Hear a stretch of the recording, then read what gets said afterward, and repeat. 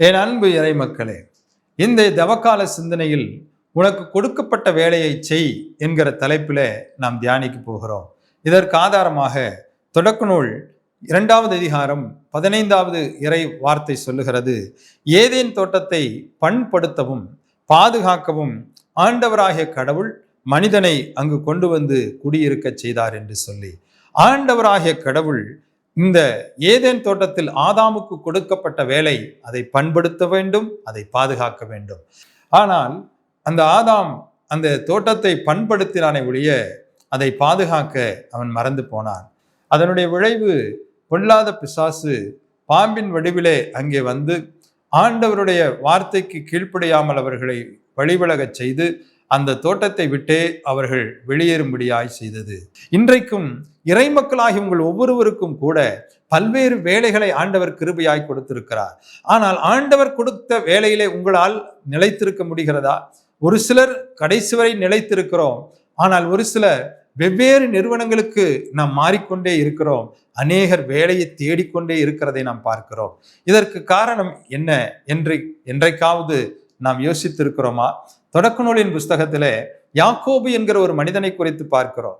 இந்த யாக்கோபு தன்னுடைய மாமனாகிய லாபானிடத்தில் போன பொழுது அவன் வெறும் கையுடையவனாய் ஒன்றுமில்லாமல் அவன் போனான். அவனுக்கு கொடுக்கப்பட்ட வேலை லாபான் தன்னுடைய மந்தைகளை மேய்க்கிற வேலை. அந்த வேலையை அவன் சரியாக செய்தான். லாபான் ஏறக்குறைய 10 முறை யாக்கோபுடைய சம்பளத்தை மாற்றினார். அந்த 10 முறை சம்பளத்தை மாற்றின பொழுதும் அந்த யாக்கோபு அந்த இடத்தை விட்டு அவன் ஓடி போகவில்லை. அவன் பொறுமையோடு கூட அந்த இடத்துல அவன் வேலை செய்தான். பொறுமையோடு கூட அந்த இடத்துல இருந்தது மாத்திரமல்ல, அவன் உண்மையாகவும் இருந்தான். இன்றைக்கு நம்முடைய வேலை செய்கிற இடங்களில சிறு பிரச்சனை வந்தவுடனே நாம் அந்த இடத்தை விட்டு எனக்கு இந்த வேலை சரி இருக்காது என்று சொல்லி நாம் சென்று விடுகிறோம். அநேகர் அந்த முதலாளியை குற்றம் சொல்லுகிறோம், மேலதிகாரியை குற்றம் சொல்லுகிறோம்.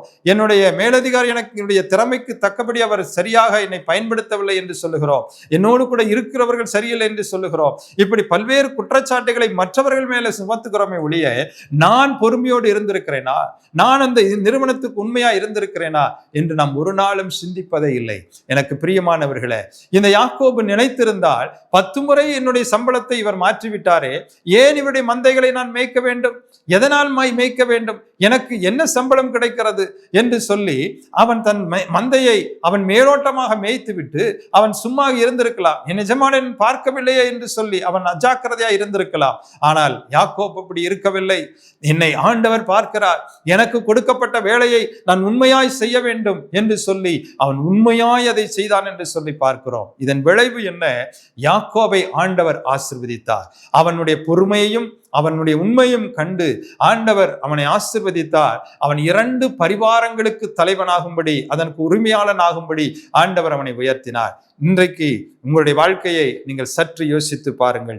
நீதிமொழிகளின் புஸ்தகம் 22வது அதிகாரம் 29வது வசனம் சொல்லுகிறது, தன் அலுவலில் திறமை காட்டுகிற ஒருவரை பார், அவர் பாமர மனிதருடைய இரார், அரச அவையில இருப்பார் என்று சொல்லி ஆண்டவருடைய வார்த்தை சொல்லுகிறது.